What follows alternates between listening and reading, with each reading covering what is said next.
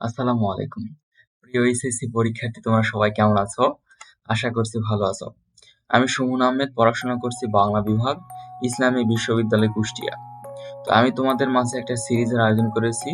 সে সিরিজে তোমরা কিভাবে পড়লে এবং কোন দৃষ্টিকোণ থেকে পড়লে সৃজনশীল প্রশ্নের সহজে অ্যান্সার করতে পারো সে বিষয় নিয়ে আলোচনা করছি।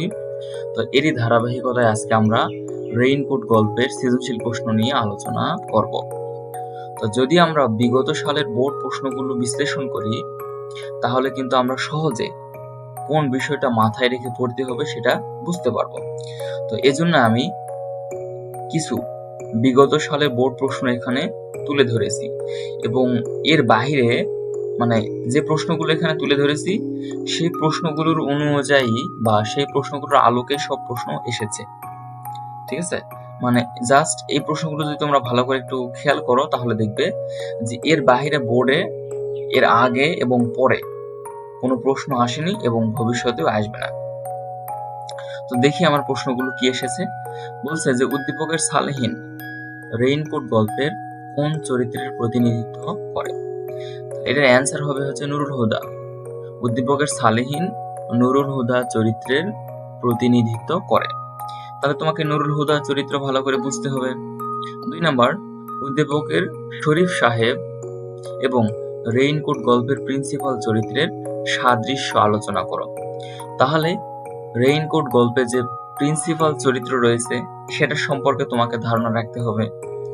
এরপরে 3 নাম্বার যে বিষয়বস্তু সেটা হচ্ছে রেইনকোট গল্পের বিষয়বস্তু কতটুকু প্রতিফলিত হয়েছে উদ্দীপকে সেটা তোমাকে বিশ্লেষণ করতে হবে। অথবা এভাবে প্রশ্ন আসে যে উদ্দীপকে রেইনকোট গল্পের সামগ্রিক চিত্র প্রতিফলিত হয়নি, মানে উদ্দীপকে যে ঘটনা দেওয়া আছে সেই ঘটনার সাথে রেইনকোট গল্পের যে সামগ্রিক চিত্র তা পুরোপুরিভাবে প্রকাশ হয়নি এবং সেটা তোমাকে কি করতে হবে? বিশ্লেষণ করতে হবে। অথবা আরেকভাবে প্রশ্ন আসে যে উদ্দীপকে রেইনকোট গল্পের মূল ভাব প্রতিফলিত হয়েছে, তোমার মতের পক্ষে যুক্তি দাও। যে উদ্দীপকটা তোমাদের সৃজনশীল প্রশ্নে দেওয়া থাকবে সেই সৃজনশীল প্রশ্নে উদ্দীপকে রেইনকোট গল্পের মূল ভাব কি প্রতিফলিত হয়েছে কিনা সেটা তোমাকে লিখতে হবে। সুতরাং আমরা বোর্ড প্রশ্ন বিশ্লেষণ করে 3টি বিষয় বুঝতে পারলাম। যদি আমরা নুরুল হুদা চরিত্র ভালো করে পড়ি তাহলে আমাদের গ ঘ অ্যান্সার হয়ে যাচ্ছে, এবং যদি আমরা ডক্টর আফাজ আহমেদ চরিত্রটি ভালো করে পড়ি তাহলে কিন্তু আমরা খুব সুন্দরভাবে উত্তর করতে পারবো। এবং আরেকটা বিষয় আমাদের মনে রাখতে হবে যে রেইনকোট গল্পের সামগ্রিক চিত্র, মূল ভাব বা বিষয়বস্তু কি। তাহলে এই 3টি অংশ যদি তুমি ভালো করে পড়ো বা বোঝো তাহলে কিন্তু যে কোনো প্রশ্নের উত্তর সহজেই করতে পারবে। তো আমরা এখন তোমাদের লেখার সুবিধার্থে এই চরিত্রগুলো আমি এখানে উপস্থাপন করে দিয়েছি বা তুলে ধরেছি। প্রথমে আমরা দেখব যে নুরুল হুদার চরিত্র। এই গল্পের কথক হচ্ছে নুরুল হুদা, অর্থাৎ রেইনকোট গল্প যিনি বর্ণনা করেছেন তার নাম নুরুল হুদা। তিনি ছিলেন বেঁটে খাটো এবং ভীতু প্রকৃতির মানুষ। তবে মুক্তিযুদ্ধের সময় মুক্তিযোদ্ধা মিন্টু রেইনকোট পরিধান করার পর তার মধ্যে সাহস এবং দেশপ্রেম সঞ্চারিত হয়। মুক্তিযোদ্ধাদের সাহায্যকারী সন্দেহে পাকিস্তানিরা তাকে আটক করলেও তিনি বিচলিত হননি। বীর মুক্তিযোদ্ধাদের সন্ধান জানতে পাক বাহিনী তাকে উপর্যুপরি চাবুকের আঘাত করলেও তিনি তা সহ্য করেন। এমনকি চাবুকের আঘাতকে তার কাছে রেইনকোটের উপর বৃষ্টি পড়ার মতো মনে হয়। তাহলে আমরা রেইনকোট গল্পে নুরুল হুদা চরিত্রটি কেমন ছিল এবং তিনি কি করেছেন? তিনি মূলত মুক্তিযোদ্ধাদের সাহায্য করেছিলেন, আর এজন্য পাকিস্তানি বাহিনী তাকে সন্দেহ করেছে যে মুক্তিযোদ্ধাদের সাথে যোগাযোগ রয়েছে কলেজের কোন কোন প্রিন্সিপালের, তার মধ্যে একজন হচ্ছেন নুরুল হুদা। এবং শেষ পর্যন্ত তাকে মুক্তিযোদ্ধাদের সম্পর্কে তথ্য জানার জন্য তার উপর অত্যাচার করা হয়। তো এটা হচ্ছে গল্পের কথক নুরুল হুদা। এরপরে আমরা ডক্টর আফাজ আহমেদ চরিত্রটি দেখব। ডক্টর আফাজ আহমেদ ছিলেন পাকিস্তানপন্থী। তিনি ঢাকা কলেজের প্রিন্সিপাল ছিলেন। তিনি শিক্ষিত বাঙালি হওয়া সত্ত্বেও বাঙালি জাতীয়তাবাদের বিরোধিতা করেন। এদেশের স্বাধীনতার পথ রুদ্ধ করতে তিনি পাকিস্তানি সৈন্যের নানা রকম পরামর্শ দেন। এরই অংশ হিসেবে তিনি পাকিস্তানি বাহিনীকে দেশের সকল শহীদ মিনার ভেঙে ফেলার পরামর্শ দেন। পাকিস্তানের জন্য দিনরাত তিনি দোয়া দরুদ পড়েন, সময় অসময়ে আল্লাহর দরবারে পাকিস্তানের জন্য কান্নাকাটি করেন। সুতরাং আমরা ডক্টর আফাজ আহমেদের যে চরিত্র, সেই চরিত্র দেখতে পাচ্ছি যে তিনি ছিলেন পাকিস্তানপন্থী এবং তিনি শিক্ষিত হওয়ার পরেও বাঙালি জাতীয়তাবাদের প্রতি বিশ্বাসী ছিলেন না এবং তিনি পাকিস্তানিদেরকে নানাভাবে সাহায্য সহযোগিতা করেছেন এই মুক্তিযোদ্ধাদের যাতে পরাজিত করা যায় এবং দেশের সকল জায়গায় স্কুল কলেজ থেকে যাতে শহীদ মিনার ভেঙে ফেলা হয় এই পরামর্শ তিনি দিয়েছিলেন পাকিস্তানি সেনাবাহিনীকে। তো এই হচ্ছে ডক্টর আফাজ আহমেদের চরিত্র।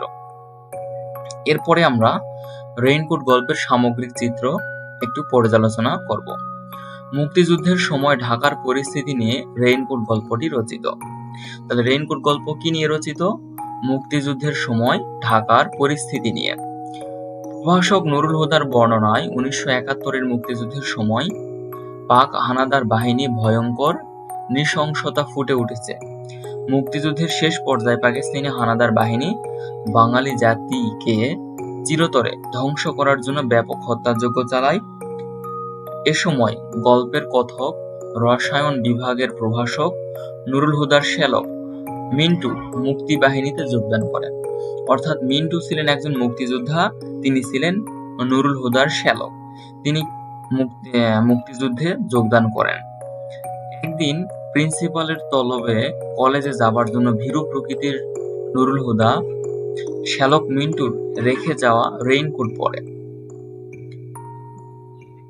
মুক্তিযোদ্ধার শ্যালকের রেইনকোট গায়ে দিয়ে সাধারণ ভীতু প্রকৃতির নুরুল হুদার মধ্যে যে উষ্ণতা, সাহস, দেশপ্রেম সঞ্চারিত হয়। মুক্তিযুদ্ধকালীন ঢাকার পরিস্থিতি নিয়ে রেইনকোট গল্পটি রচনা করেছেন আখতারুজ্জামান ইলিয়াস।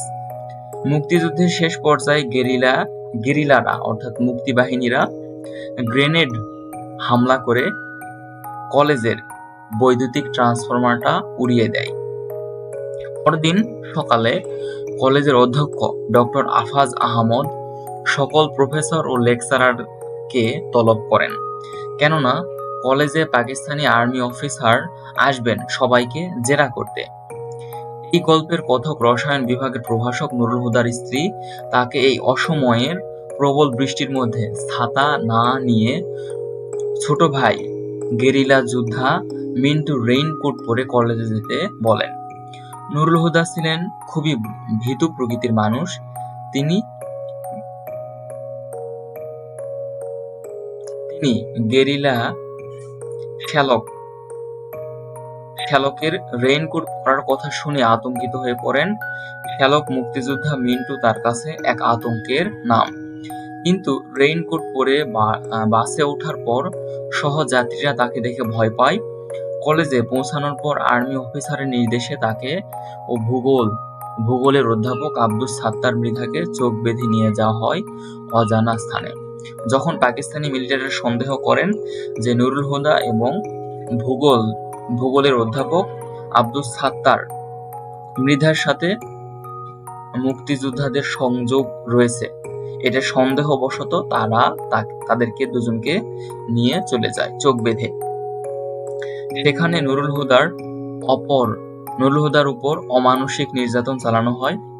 নুরুল হুদার শরীরটাকে আংটার সাথে ঝুলিয়ে নির্মম আঘাতে তার সারা দেহ জর্জরিত করে খান সেনারা। অথচ এই নির্মম আঘাত নুরুল হুদার দেহে কোনো ব্যথার উদ্রেক করে না। তিনি এটাকে সেফ একটা উৎপাত বলে ভাবতে থাকেন। তার কাছে মনে হয় শুধু তার শ্যালক কেন, ছদ্মবেশী কুলিদের ঠিকানা এভাবে জানার জন্য তার মধ্যে কোনো বাহাদুরি নেই। এই সে কুলিদের চেনে, মানে কি যে কলেজে আলমারি আনার জন্য যে অর্ডার দেওয়া হয়েছিল, সে আলমারি নিয়ে এসেছিল কুলিরা। আর এই কুলিরা মূলত ছিল ছদ্মবেশী মুক্তিযোদ্ধা বা মুক্তিবাহিনীর সদস্য, এবং নুরুল হুদা এই কুলিদেরকে তিনি চিনতেন।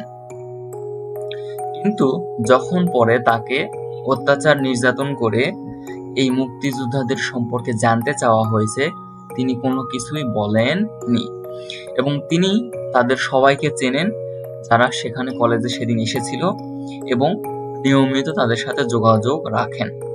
আর এ ভাবনা নুরুল হুদাকে এতটাই আবিষ্ট করে রাখে যে খান সেনাদের চাবুকের আঘাতকে সে কোনোই গুরুত্ব দিতে পারে না। অর্থাৎ সে তখন এই মুক্তিযোদ্ধাদের নিয়ে চিন্তা করে, তাকে যে চাবুক মারা হচ্ছে এই চাবুকের আঘাত তার কাছে কোনো গুরুত্ব পাচ্ছে না। সুতরাং রেইনকোট গল্পে মূলত 4টি বিষয় প্রাধান্য পায়। একটা হচ্ছে ঢাকা শহরের অবরুদ্ধ অবস্থা, অর্থাৎ মুক্তিযুদ্ধকালীন পাকিস্তানি বাহিনীরা ঢাকা শহরকে কিভাবে অবরুদ্ধ করেছিল সেই অবস্থা এখানে বর্ণনা মধ্যে উঠে এসেছে গল্পে। এরপর উঠে এসেছে পাকিস্তানি বাহিনীর হত্যা এবং নির্যাতন। পাকিস্তানি বাহিনীরা কিভাবে মানুষদেরকে হত্যা করেছে, নির্যাতন করেছে সেই চিত্র রেইনকোট গল্পে প্রতিফলিত হয়েছে।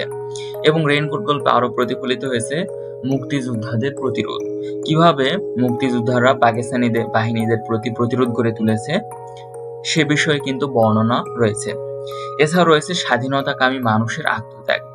এই যে নুরুল হুদার মধ্য দিয়ে স্বাধীনতাকামী মানুষের আত্মত্যাগ প্রকাশিত হয়েছে, স্বাধীনতার জন্য মানুষ কিভাবে আত্মত্যাগে উজ্জীবিত হয়ে কাজ করছে। তাহলে যদি আমরা রেইনকোট গল্পের সামগ্রিক চিত্র উপস্থাপন করতে চাই, তাহলে এই পয়েন্টগুলো মাথায় রাখতে হবে। যে আমি এই যে অংশগুলো তোমাদের পড়ে দিলাম, এই অংশগুলো তোমরা হচ্ছে স্ক্রিনশট নিয়ে রাখবে, অথবা আমার হোয়াটসঅ্যাপ গ্রুপে এটার হচ্ছে পিডিএফ দেওয়া থাকে, তোমরা চাইলে সেখান থেকে পিডিএফ নিতে পারো। তাহলে আমরা কি দেখতে পেলাম, রেইনকোট গল্পের সামগ্রিক চিত্র বা মূল ভাব কি হতে পারে। রেইনকোট গল্প মূলত মুক্তিযুদ্ধের সময় ঢাকা শহরের যে পরিস্থিতি, সেই পরিস্থিতির বর্ণনা করেন, এবং এই গল্পের যে কথক বা প্রধান চরিত্র হিসেবে ছিলেন নুরুল হুদা, তিনি ঢাকা কলেজের রসায়ন বিভাগের প্রভাষক ছিলেন। সুতরাং যদি প্রশ্ন আসে রেইনকোট গল্পের মূল ভাব কি, রেইনকোট গল্পের সামগ্রিক চিত্র তুলে ধরো, বা রেইনকোট গল্পের বিষয়বস্তু কি, তাহলে তোমরা এই অংশটা থেকে উত্তর করতে পারবে। এছাড়া যদি প্রশ্ন আসে যে উদ্দীপকের সাথে আফাজ আহমেদের চরিত্র তুলনা করো, তাহলে আফাজ আহমেদ কে ছিলেন? তিনি প্রিন্সিপাল ছিলেন, তিনি পাকিস্তানপন্থী ছিলেন, তিনি বাঙালি হওয়ার পরেও তিনি বাঙালি জাতীয়তাবাদে যে বিশ্বাস করতেন না বা বিরোধিতা করতেন, এই বিষয়গুলো তুলে ধরতে হবে।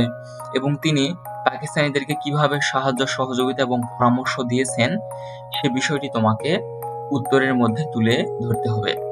এছাড়া আমরা হচ্ছে কি দেখতে পাচ্ছি, যে নুরুল হুদা চরিত্র, এই গল্পে নুরুল হুদা কেমন প্রকৃতির মানুষ ছিলেন, তিনি কি করেছেন, এবং মুক্তিযোদ্ধার পক্ষে বা মুক্তিযোদ্ধাদের সাহায্য করার জন্য তিনি কোন ধরনের কাজ করেছেন।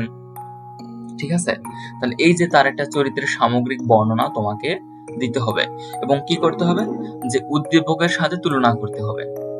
উদ্দীপকে কি চেয়েছে সে অনুসারে তোমাকে তুলনা করতে হবে। যদি বলে যে প্রিন্সিপাল চরিত্রের সাদৃশ্য আলোচনা করো, তাহলে তোমাকে উদ্দীপকের সাথে প্রিন্সিপাল চরিত্রের যে সাদৃশ্য মানে মিল যে বিষয়গুলোতে রয়েছে সে বিষয়গুলো তুলনা করতে হবে, আলোচনা করতে হবে।